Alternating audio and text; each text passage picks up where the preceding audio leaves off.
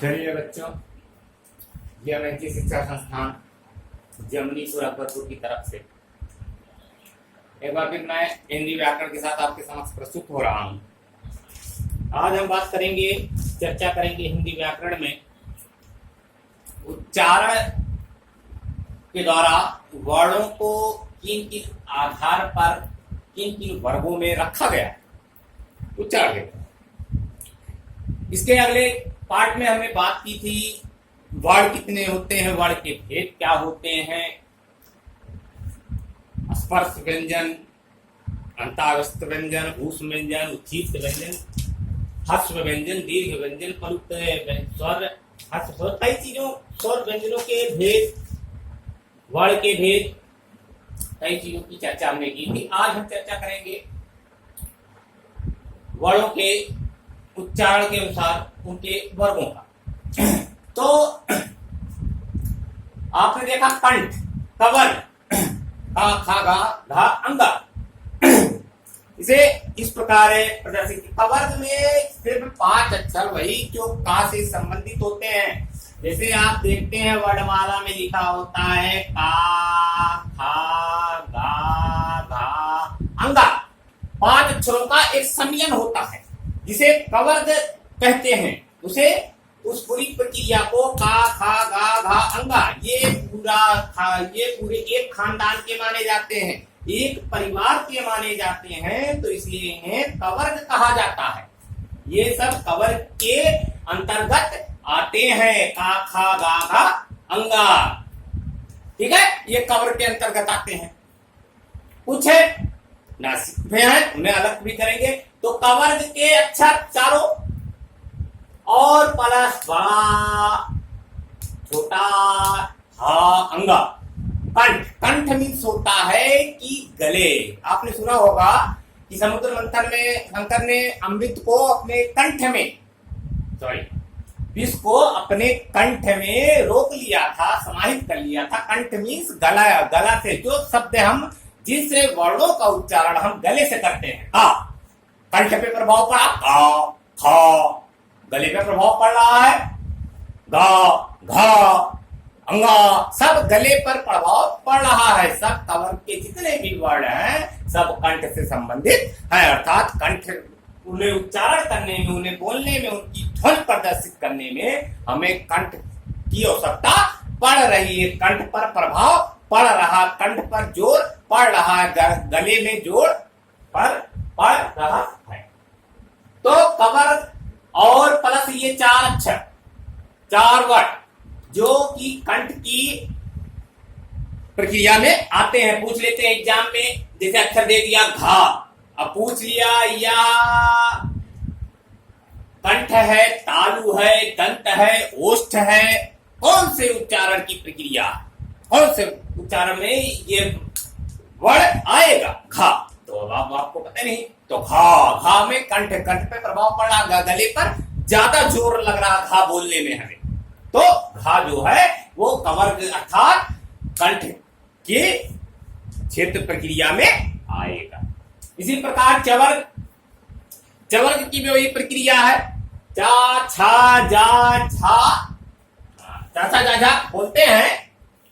तो आपको क्या फर्क पड़ता है? तालु, तालु में से जो हमारे दांतों के और जीभ के ऊपर नीचे जो स्थान है, हमारे मुख में जीभ के ऊपर नीचे जो स्थान, उसे तालु बोला जाता है। तो इन शब्दों के उच्चारण में चवर्ग के जितने भी शब्द हैं, या छोटी बड़ी या सा, इन शब्दों के उच्चारण में बिना तालु के प्रयोग के आप इनको बोल नहीं सकते हैं। कैसे? चा, चा में भी जीभ जो ऊपर नीचे तालुओं में लड़ी, चा छा जा झा, बिना तालु के संपर्क से कोई ये वर्ड बोला नहीं जा सकता। चा छा जा झा, या डा ठा डा, ये अलग। तो ई, छोटी छोटी ई भी तालु का प्रयोग जरूर होगा, बड़ी तालु जरूर लड़ेगा। या में भी या बिना तालु के बड़ा सा, तो तालु का संपर्क, जीभ और तालुओं का संपर्क होता है। तो ये चवर्ग के जितने भी संबंधित अक्षर हैं, संबंधित चा छा जा झा, 5 वर्ड, 5 अक्षर वो और ये चारों अक्षर मिलकर 5 9 अक्षर जो है तालु के वर्ग में आते हैं, तालु कोष्ठक के वर्ग में आते हैं, उन्हें तालु तालु तालु कोष्ठक में रखा जाता है। टवर्ग टा ठा डा डा, ये जो है मूर्धा, मूर्धा में जीभ जरूर यहाँ पर जीभ डांस करेगी, जीभ जो है डांस करेगी, इधर उधर ऊपर नीचे 2 बार हील डालेगी। टा टा आप जब बोलते हैं देखिए जीभ टक टक ऊपर नीचे जाती है ना, ठा जीभ जो है ऊपर नीचे डांस कर रही है, टा ठा डा ढा, सब में जो है जीभ अपना डांस कर रहे, तो मूर्धित हो जाती जीभ जो है, मूर्धा में बेहोश हो जाती, जीभ जो है बेहोश हो जाती है, कभी ऊपर कभी नीचे मूर्धित हो जाती है। टा ठा डा ढा, और री बोले तब भी जीभ जो है इधर उधर जा रही है। खट्टी सा में भी जीभ जो है, तो उसे मूर्धा कहते हैं। टवर्ग वर्ग जो है मूर्धा में आता है। अब आता है तवर्ग। तवर्ग में जो इसमें बिना दांतों के प्रयोग, दंत मीन्स दांत, बिना दांतों के प्रयोग से आप इन शब्दों को, इन वर्णों को नहीं बोल सकते। ऐसे तवर्ग में ले लीजिए, तवर्ग में ता था दा धा ना। अब ता था दा धा में आप बिना दांत की प्रक्रिया जरूर चलेगी। दांत नहीं, ये तो है नहीं कि जो बुढ़े हो जाते हैं दांत नहीं होता वो बोल ही नहीं पाते, ता था दा धा ना बोलते हैं, परंतु वो जो मसूड़ा का कार्य है, दांतों के संबंधित है, वो जरूर हिलेगा डोलेगा, वो अपना कार्य, वो बिना उसको रोक कर आप जो है इन शब्दों को बोल नहीं सकते। कैसे? ता बिना दांत के, दांत और जब जीभ जो है आपस में लड़ रही है, दबा रही है। था में भी जीभ लड़ रही है, दा ता था धा में भी जीभ और दांतों के बीच में जीभ है, ता था दा धा ना। तो इस प्रकार जो है ये छोटा सा, इसमें भी दांतों के बीच में ये अलग शब्द दिया गया, तो ये भी दांतों के बीच में आ रहे हैं, तो इसे दंते या दंतव्य वर्ग में रखा जाता है, कोष्ठक में रखा जाता है। तवर्ग को ध्यान दीजिएगा, तवर्ग और छोटा सा को दंते अर्थात दंत कोष्ठक में रखा जाता है। एग्जामिनेशन बोर्ड में पूछ सकता है। अब आते हैं पवर्ग। पा फा बा भा मा, पा फा बा भा मा, आप जो और छोटा हो बड़ा, इन शब्दों को भी होस्ट है, होस्ट मीन्स ओठ है, ओठ, बिना ओठों के प्रयोग के इन शब्दों को नहीं बोला जा सकता, शुद्ध उच्चारण नहीं किया जा सकता। किस प्रकार? पा, दोनों होठ आपस में मिल रहे हैं, पा फा बा भा, सब में होठ जो है आपस में प्रक्रिया कर रहे हैं, कार्य कर रहे हैं, पा फा बा भा मा, तो हर चीज में होठों का सम्मिलन हो रहा है, मुलाकात हो रही है, मिलन हो रहा है, जिसे तो कह सकते हैं कि पवर्ग और छोटा ऊ बड़ा ऊ भी बोलने में होठों का प्रयोग हो रहा है, इसलिए ये होस्ट वर्ग में अर्थात होस्ट कोष्ठक में आते हैं ये वर्ड। अब आते हैं नासिका। नासिका मीन्स नाक से बोले जाने वाले। इमरान हाशमी कह रहे, हिमेश रेशमिया जो नाक से ज्यादा गाना गाते हैं ना, उन्हीं के अनुसार नाक से जो वर्ड बोले जाते हैं, तो आप लोग हिमेश रेशमिया इसलिए बोल दिए कि आप लोग जल्दी कंफर्म हो जाएगा। नासिका मीन्स नाक से बोले जाने वाले, जिनका प्रयोग किया जाए, बोला जाए उन शब्दों को, उन वर्णों को, और नाक का प्रयोग अवश्य हो। किस प्रकार? अंगा, अंगा बोलते हैं, अंगा अंगा, बिना नाक के प्रयोग के अंगा का उच्चारण नहीं किया जाता। नाक न्या न्या कहते नहीं, न्या तो न्या भी नाक, ना में भी नाक, मां में भी नाक, तो नसिका, ये सब अक्षर जो है नसिका, नासिका या अनुनासिका कहे जाते हैं। ठीक है। एक शब्द आता है वह जो है यह शब्द दंत,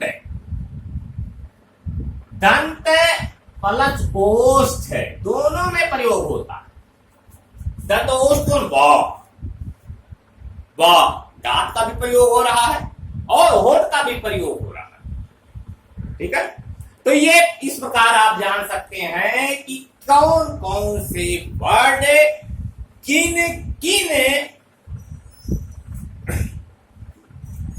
हमारी मुंह के किन किन मुद्राओं में बोले जाते हैं, किन किन मुद्राओं से बोले जाते हैं जो हमारी मुख्य अंग है। जैसे कंठ, ताल, मूर्धा, दंत, कोष्ठ। कंठ मीन्स हो गया गला, तालु मीन्स तालु मीन्स जो हमारे तालु होते हैं, जब जीभ के ऊपर नीचे जो भी स्थान है। मूर्धा मीन्स मूर्छित हो जाना अर्थात बेहोश हो जाना। जीभ जो है ऊपर नीचे टेढ़ी होकर टकराए तो वह कवर के अंतर्गत आता है। कवर में दंत, दांतों का प्रयोग होता है। दांतों के बीच में जीभ जाके जो है दब जाती है। ता, था, था जो भी बोलते हैं आप। और में आता है और होठों का जरूर प्रयोग हुआ। बिना होठों के प्रयोग के इन वर्णों को नहीं बोला जा सकता। पा, फा, बा, भा, मा, ये सब जो है होठों का प्रयोग हो, होठ का आवश्यक है। ये इसी प्रकार नासिका, ये नाक, नाक के प्रयोग के बिना इनको नहीं बोला जा सकता। उसी प्रकार वाह वो एक ऐसा शब्द है जिसको दांत और होठ को दोनों का प्रयोग किया जाता है तब उसका उच्चारण हो पाता है। इसी प्रकार आपका ये संबंध समाप्त हुआ। कल हम चर्चा करेंगे कुछ एक आध चीज और हम बता देते हैं। कुछ शब्दों को शहीद वर्ण कहते हैं, जानते हैं? हिंदी वर्ण वाला में एक शब्द होता है शहीद वर्ण, छोटा आ। इस शब्द को शहीद वर्ण कहा जाता है क्योंकि ये शहीद हो गया। इसमें लगभग सभी शब्दों में ये पाया जाता है।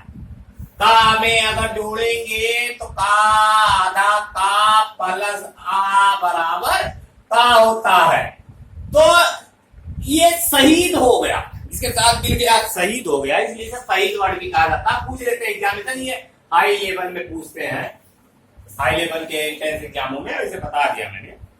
नपुंसक वर्ड भी होता है, जैसे संस्कृत में नपुंसक वर्ड होता है वैसे हिंदी में अयोगवाह कहते हैं उसे। अयोगवाह दो शब्द अंगा, अंगा और आहा, ये दो शब्द जो है अयोगवाह कहे जाते हैं। ये सब तो बहुत लंबी चीज है, आप लोग के कोर्स में नहीं है, आगे चीजें बताएंगे, ये आपके कोर्स के बाहर है। कल हम चर्चा करेंगे संधि के बारे में। आज हमने हिंदी व्याकरण के सब शब्दों का बात किया और भी हमारे वीडियो चाहिए तो आप बात कर सकते हैं, या किसी संस्थान यूट्यूब पर सर्च करके हमारे और वीडियो बता सकते हैं।